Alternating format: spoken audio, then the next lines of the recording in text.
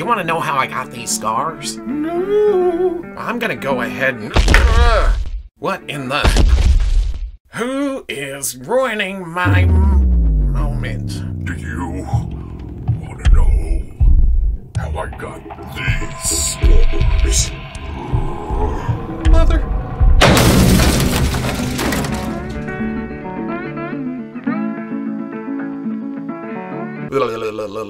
Okay people, welcome back to another Fwoosh review. Today we're going to take a little look at the McFarlane Toys DC Multiverse Dark Knights Metal Wave. That only took me like 22 times to do. Now before I even get into it, just know that I haven't read any of these comics, but I always love a package from McFarlane Toys. I may not be invested in the characters themselves, but I have been digging the articulation, the sculpt, just the pure joy of action figures here. And it's just fun to watch the DC Multiverse line evolve, even though it's only been, what, 7-8 months since it began? Basically, interesting looking toys will get Uncle Robo's attention. Looking at the package, it's what we've seen with this line since it began. The black box, fairly plain DC Multiverse logos. Big window showing everything that comes in the package. And some of them need a big window, like Batman Earth -1, I guess is called Devastator. Batman Earth 32 or Dawnbreaker. Batman Earth -44 or Murder Machine. Actually, now that I say that, I wonder why they can't use the names that we know them by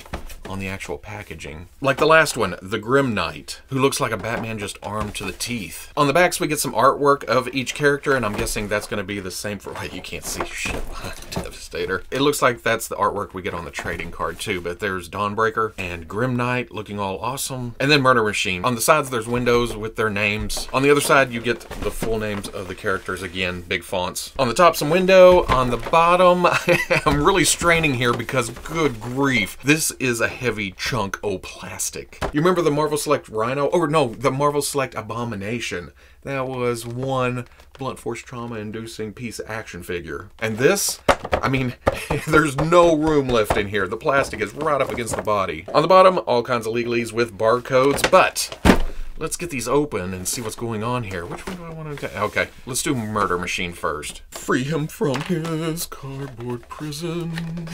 The accessory is blistered here on the back along with that trading card. Oh no. Each of them's going to come with a basic stand. It has DC logo. No, that's just tampoed on. That same picture from the back and then full bio. And Murder Machine has a nice slick look, but I can't help making comparisons to a Bat Iron Man. And don't get me wrong, it's not armored looking for the most part. Sure, it has armor pads up here, but there's a lot of just like metal musculature to it. But at the same time, the lines running through everywhere. You have the bat reactor here on the chest where I'm imagining it, you know, shooting a blast and it leaves a bat logo through several layers of steel or something. But even in the hands, is that a repulsor? But that's not to say it is a bad sculpt or anything. I like all the little details in it. Comparing the orange on the shoulder pad, this is a very clean design on the figure, where this looks like it's flaring up or flaming out, along with the blue and here looking like it glows and stuff. But reading the card, it seems that it's an ever-changing design with the nanobots, so I still really like the design. The blue's all fairly clean, running down the torso and then up and around and, oh, to the knee pad. And then on the back, it's just right here. And the back of the arms running around to the hands, to the gauntlet. But other than the blue, the orange, and then the eyes, it all seems to be cast in the same kind of metallic, dark grayish color. Oh, there's more blue back here on the calves. But most of all, the whole thing fits together nicely. There may be different sheens to different parts, but that doesn't even bother me. It gives it just a slight contrast. And even then, I may be just seeing some light reflecting off different parts differently. But look at that mean mug right there. Even if you're not into this storyline and prone to just making up your own stories like, you know, somebody else you may know, this would make a badass bat bot. Either henchman or helper. I love the frown. I don't know why. But then the line work continues on the side, the back of the head, all the way down, and then it gets really, really detailed on the back of the spine. One of my initial gripes is with the torso. Don't get me wrong, there's a lot of articulation here, but it seems really hindered coming forward. Yeah. But then you go back, whoop, for some reason it seems designed to go every which way except crunchy. But keeping with articulation, there is a dumbbell at the top of the neck. I did pull this head off a minute ago, but then had to heat up the neck to get the ball to go back in. So it's not meant to pop off. But with that, you get some up, lots of down. Oh, but the tilt is beautiful. It almost looks like it's blinking right there. Swivel, this shoulder pad is a rubber piece. attached above all the articulation. Below that is a dumbbell joint with a cover right there. At first you think it's just a butterfly joint to go back and forward, then it also goes up and down. Hinge on the end of that goes, well, okay, I may extend that a little bit. It goes up past 90. Swivels around. Rotation at the bicep. Double elbow. The arm doesn't quite go straight for some reason. It's always in the kick forward position. But bent, it goes all the way. Swivel hinge swivel at the wrist. That means you can hinge it up and down. But if you turn it and this way, you can go side to side or whichever direction you want to go. Up top you get some, but then at the bottom and you get a lot.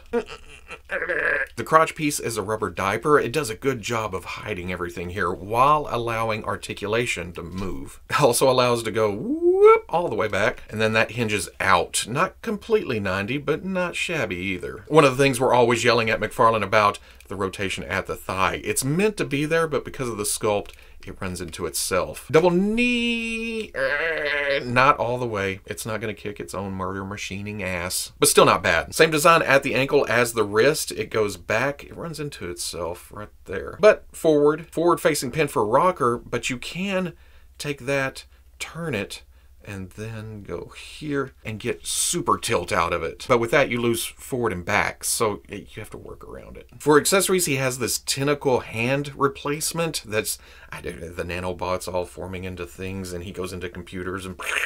Or this is his murder in tentacles. Let's see, can I pop off the right hand? Peg seems a little long for it, like it doesn't seat all the way on the ball. Does the left pull off? Yeah, let's see what it looks like over here. You push harder, it does sink in. Let's try this one again. Yep, okay, it's a double snap. The sheen is shinier than the rest of the body, and it actually, the plastic looks slightly darker too. It would have been cool to have the blue continue on down the lines or something. And with that, let's take a look at Dawnbreaker, or Batman Earth -32. He's got a stand. That's cool. So I guess, well, he's a Green Lantern. Of course he's gonna fly. I think this is the same kind of stand that we saw with Superman. That slides into the back and locks on. This should hinge up, and there's some detents to it. Doesn't look like you can tighten it though. And then there's detents for the clamp. That should stay around them. File card, Batman Earth -32. And if there's one thing I've learned over the years, it's that I'm a sucker for a Green Lantern design. Maybe it's the logo, maybe it's the greens and the blacks that are usually in Green Lantern costumes. But you take that basic concept and add in other flavors, and I'm there. I like it. There's some smoothness to the undersuit here, going down the leg. But then there's also some contrasting textures, like these lines running here in the angle, and some padding look, and that goes over here. But then on the abs, it's almost armored looking. But then you have the knee pads running down to the legs with the lines running through them. There's the shoes themselves, that same basic design. Same thing here on the gloves. These gauntlets are awesome looking, go along with the belt. That almost looks like a reactor here on the buckle. But then there's these weird cables that run through, and I'm gonna guess that Bruce mixed some technology with the Green Lantern power. I don't know, but it makes it very interesting looking, especially here around the collar. There's the bat, there's the Green Lantern logos merged together nicely. Then there's a techie look to this overlay for the shoulder pads. But up here, there's these cables again, like we saw at the belt. They run around and come and just plug straight into Bruce's ears. And looking at them, you'd think, oh, that kills any articulation from the neck up. Here on the front, that's part of the body sculpt. But all the cables that run out of the head and on the back here and into this shoulder pad overlay, those are all rubbery here, and you get out here, and it's a little rubbery, but it's glued on the front and back, so it feels more solid there. So basically, nope, it doesn't hinder much. But then there is the head itself, and I don't know, again, not knowing the storyline, he seems a bit thinner than what we think of Bruce Wayne as Batman. But if he's had the Green Lantern power since he was a teenager or whenever his parents were killed, why work out your body when you have all the power of the ring? But then again, right here, he looks zombie-ish. So I don't know, but I like the goggle look over the bat cowl. That itself is fairly, well, there's some sculpt work. There's some lines right there, but otherwise, yeah, it's a fairly basic cowl. As an overall design, when I first saw it, yeah, I was like, what the hell is Batman doing with Green Lantern? But now that I have it in hand, yeah. Again, if you're not into death metal or whatever, this could be just an oddball Green Lantern from somewhere. Except for the bat logo and the bat ears. Articulation wise, and I'm going to do this 4 times, I think most of these figures use McFarlane's patented 22-point system or whatever it's called. Dumbbell joint at the neck, but the neck itself is sculpted to jut forward, so you try to look up. Unfortunately for a flying character, not a lot of up. There's some down though. Tilt. Swivel, you're not going to go all the way around because of the cables, but That's not bad. Again, double L joint at the shoulder, goes back and forward and up. It runs into that shoulder pad. There is some rubberiness, but the shoulder pad's going to push it back down. But even then, it goes further down than the overlay. There's a hinge on the outside of that. Swivels around and yeah, it moves. Swivel at the bicep. Double elbow comes all the way up. There's your multi-positional wrist. Goes around and then up and down. Again, there's a ball joint at the mid-torso or a dumbbell joint. There seems to be some shift to it too on top of moving around. You get more forward this time around. All the way. Then again, the crotch piece is rubbery. There's a ball joint at the waist too, so yeah, hula hooping all day long. Swivel at the hip comes forward, back, out. Again, not 90, but plenty. Swivel at the thigh works a little bit better because of the smoothness of the costume, but you can't rotate all the way. Double knee up. Again, not going to make it all the way. It just runs into each other right here. But if I turn that in, actually, okay, I just got the hip to move that far. And you shift around. Oh, I'm cheating. Bing! And then again, same thing at the ankle. Goes way back. Forward, and then forward-facing pin for rocker. Oh, and toe joint. Wait a second. I forgot that one on Murder Machine. His toe joint goes up and past. The power of nanobots. Dawnbreaker comes with a little power ring construct, and it is cool. It's very appropriate for this character. There's the bats flying. There's a big one and then two smaller ones. It's just a cool looking thing. And I forgot to even check, but is it? Yep, there's a power ring sculpted onto his right hand. I wish that was actually painted though for it to stand out. The construct has a spiral to it, and that's meant to hook over the arm.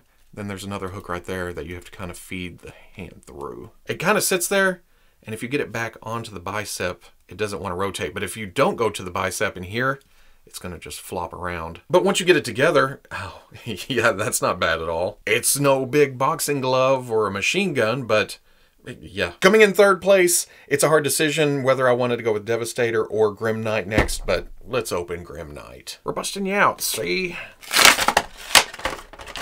The card, again, the same as the art on the back of the package. I'm probably more prone to cut this out if I wanted to keep something. But then, again, there's the bio on the back, which is basically, I guess, Punisher in a bat costume. Okay, out of the three figures I've opened, this is my favorite design. I like the tactical look, the baggy pants, the combat boots, the straps, the pouches. But at the same time, this is probably the one I have the most nitpicks with so far. Like I said, it does a great job of bringing across that tactical look that I've seen in pictures and covers and the picture on the package. The straps and pouches and everything are a separate piece on top of the torso, and it's glued down at the shoulder, so it moves around where it needs to around the articulation points, but stays in place because it's mounted. And that's over a torso that is really plain. I mean, it's almost just like a tight shirt. You can see some wrinkles here and there, but what really stands out, and unfortunately blocked, well, not unfortunately, it's a nice design. That big old whitish gray bat logo back there. That may be my favorite thing. I don't know why. It just kind of sticks out and you think, oh, there's Batman under there. But that's to some metal gauntlets. Nice design to that. It's got the blades on it. Some baggy pants, and everything down here is sculpted onto it. Well, it's a separate piece, so it's just glued on, but hard plastic. There's some pouches on the right side. There's a knife sculpted to it on the left. Again, a little pouch. Some straps coming around to the legs, around to the back. The knee pads, again, one of my favorite features. I don't know what it is. You put a bat logo on something and it's interesting. The pants are baggy and bunch around the top of the boots, but then the boots have a very just military feel to them. Don't get me wrong, there's these blades or these sticky outies right here, but otherwise there's the laces and just a boot look to it. The belt is more of this, just around the waist. It has a gun sculpted in. In fact, there's a gun over here too, and a gun there, and those are actually sculpted into the holster. More pouches going around back. I don't know what this is. Wearing some kind of scarf around the head, and in promotional images I thought, oh my god, that's going to be the best Batman head ever. And it does come across as very Batman-y. He's got the shorter ears, nice contrast to Dawnbreaker, who has longer ears, and the cowl comes down to a point at the nose.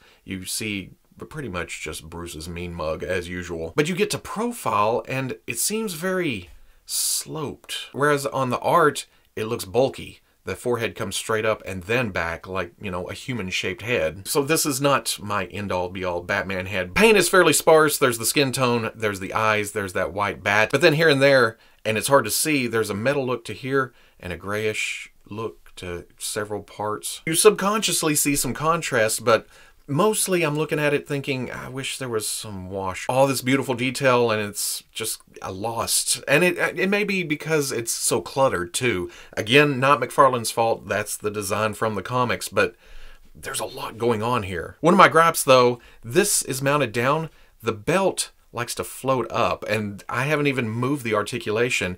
I had this pushed down over the crotch piece and it's worked its way up, and it just likes to float on the abs. But when it does float up, you're left with this trench where the belt is supposed to sit. So it's very obvious that it's ridden up. And to get it back down, you have to work it all the way around. Because it looks great when it's attached to that, so there may be a drop of glue here and there applied. And oddly enough, one of my other biggest gripes is how the ankle joint is implemented into this boot. With a lot of other DC Multiverse figures from McFarlane, the costume usually ends down here or up here, or it's smoother. It's a better transition. Here it looks like they sculpted the boot, sliced it, and stuck their joint in there. On top of that, the left is loose. The right has detents in it. But keeping with articulation, there is a dumbbell joint up at the top of the neck. Grimknight looks slightly up, does bury the chin. Tilt! Swivels. Here's another thing about the torso. There's a dumbbell joint at the shoulder, but there's just not a lot of room there. It goes forward and back about that much, and then up and down, not much. But that hinges up past 90, swivels all the way around. Swivel at the bicep, double elbow. How far do you go? Gauntlet kind of gets in the way, but impressive. There's your wrist, and then swing it around and go wherever you want to go with it. Here they went all out because it's covered up by these straps, but look how much it gaps when you go back. Then crunch forward, not terrible. It's not going all the way, but look at that. Oh my God. Soft rubber overlay allows the leg to come up. Well, okay, that's not as far as I thought it'd go. It only goes about 45. Back just as much. Out, again, about the same amount. Little rotation there. Double knee. Oh, I haven't moved this. How far did it? Oh, well, okay. It's just about as far as Dawnbreaker and Murder Machine. And then at the ankle, it goes back as far as, well, you can see as far as it goes. Forward-facing pin for rocker, and then toe joint up to there. For accessories, Grimknight comes with this machine gun. Seems kind of basic. Could be some more sculpt here and there, and then it's just cast in all the same color. Fortunately, that color matches the rest of the figure, so it just blends right in, and that's not bad at all. And then he comes with a grenade launcher. Again, adequate sculpt, but it is warped up from the packaging, so I'll need some heat. Straighten that all out. If you want to keep the machine gun there, he does have a left trigger finger too. Grenade launcher, huh?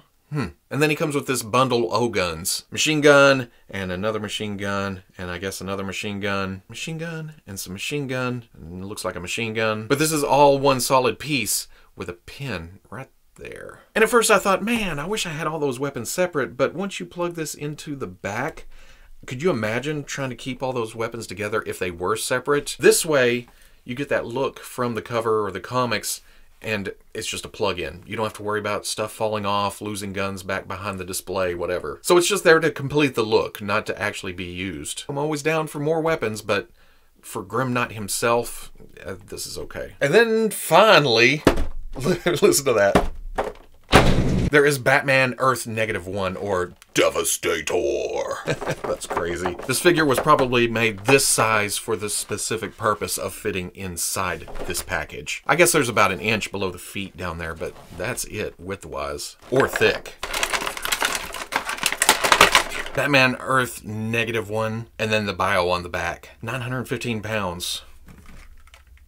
Yep. And look at this big chunky boy right here. Who's a cute little boy? And when I read the bio and it said it's a mix of Batman and Doomsday, that is exactly how it comes across. You have the rough texture to the skin, very craggly, very rock-like. That continues on to some spikes up here on the shoulder that's a hard plastic. You have some ripped clothing coming down the front of the torso, wrapped around that right bicep there. Everything is so rough and pointy. Even coming around to the back, it's almost like an aquarium piece. You know, those big you put in a fish tank? That's what this feels like. Here's some more ripped clothing. The crotch piece matches this and this and this perfectly, but it's a separate rubber piece like the rest. And then around the upper legs, you have the rest of those pants, but that's sculpted onto the thigh itself. And there's not much to say other than there's that texture coming all the way down. There's more points out the back.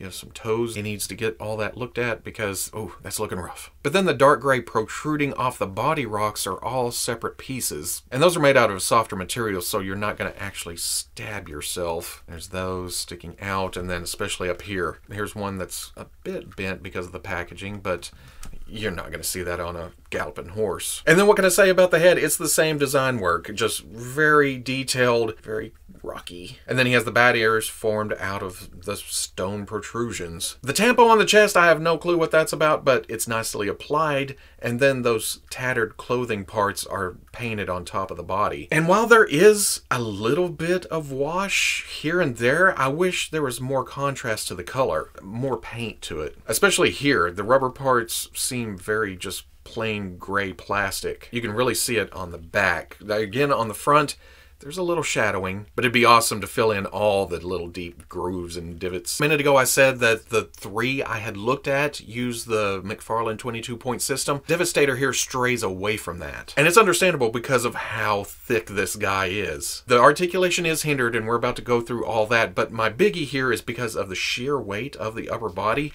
You do get some floppiness at the torso, especially forward and back. Now this is me manually doing that. When I get it down into poses, it holds the pose. It's not just gonna fall over. But if you're up and moving it around and trying to get that pose, get everything else and then get to the torso last. But there seems to be a dumbbell joint jutting forward into the head. It does give it some up, a little bit of down. Do I call this tilt or side to side? I don't know. Or is this tilt or rotation? One or the other. Get some movement there. There's also a jaw hinge that opens up. Get a nice wide look to it. And you can see the tongue right there.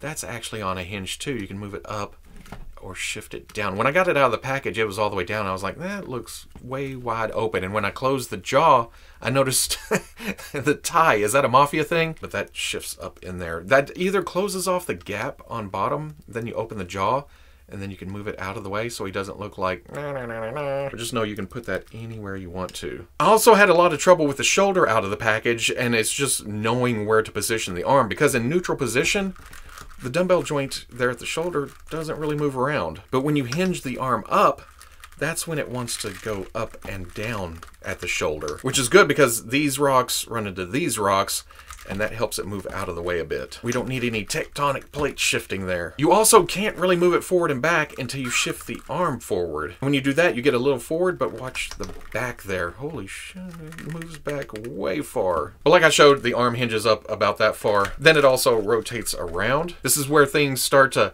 get away from the 22-point system too. There's a hinge at the elbow, very tight detents, I guess because of the weight of the arm. Comes up to almost 90, but then you also get a swivel there. And here's probably the weirdest decision is there's a swivel at the wrist, but you see the peg, right? That hinges up and down. And I'm not sure why it does that. There's kind of a grip clawed hand and then a fist. And it's the same on the left side, it just goes down. So it's a bit odd, but there's movement, I guess. Dumbbell in the mid-torso, dumbbell at the waist. Together, you do get some crunch. But again, arcs way back. Tilt, tilt, all together. Yeah, you haven't seen rock move this much. Rubber overlay on the leg does as much as it can, but still only comes forward this much. Back just as much. Out. But oddly enough, with this big guy, I guess maybe because the pants come down over it, they could leave some gap there. But the rotation built into all that assembly, you get good swivel. Single knee goes that far. That's about it. But that rotates below the knee. Hinge at the ankle goes back, forward. The forward-facing pin tries, but it's more of just a twist than a tilt. It still functions like that. Oh, well, especially if you do this and here. Super tilt. And then there's a toe joint that goes up to there. No accessories, mostly because they couldn't fit any in the package with the figure. Plus, what is it going to come with? Well, I guess it could have came with another fist hand. That would have been nifty. Height-wise, Dawnbreaker is about 7 inches to the top of his head. Grim Knight is a little under 7 inches. Murder Machine is 7 1/8 to the top of the head, and I'm not counting ears on any of those. And Devastator to the top of his head is 7 1/2. On the bio cards for these three, they're listed as 6'2". So they should all be the same size, but they're fairly close. But then for Devastator, he's listed as 8'10", so he is small. I guess in the effort to get him single packed, they had to make concessions with the height. because he is smaller than the Marvel Legends Hulk. And then there's that Marvel Select Abomination that I brought up several times. He's missing the head, don't look at that. But he is about the same height as that Wave 1 armored up Batman that is just a... Ooh, I love that figure. And then there's that with the other 3 Batmans. Here they are with the fantastic McFarlane Azrael and White Knight Batman, and then the White Knight Joker and Wave 1 Batman. You can see that they're improving when it comes to scale. I still feel like that Wave 1 Batman is large. Also, I'm gonna try this, and oh my god, please pop apart. There's Grim Knight's head on Wave 1 Batman's body. I still don't care too much for the torso joint, but the head is better proportioned. Unfortunately, the colors don't match. Grim Knight's head is black, while the body on this is bluish. Oh, and those ears are sharp. Watch out for that. Here they are with a DC Universe Classics body, custom I made a long time ago, and then the NECA Batman. And then the DC Essentials Batman and the DC Icons Batman. I really like that. Even at 1/12 scale, Devastator is slightly small, but it works better. And then for giggles, here's the Mafex Hush Batman and the Nolan Trilogy Batman. So at the end of the day, if you're into the McFarlane Toys DC Multiverse line or Dark Knight's Metal, you're going to want to pick these up. But if you're not into the line or don't know DC Metal but have been kind of eyeballing things here and there, jump in. I mean, they're fun action figures. Not to mention fun concepts for characters. Sure, we're getting a lot of Batmans, but it's fun to see Batman mixed and matched with other characters on top of being a bad guy. There's a familiarity, but it's also fresh. And from what I've seen of pictures and everything on Google, these are nicely portrayed in plastic form. Like I said, McFarlane's evolving with their scales.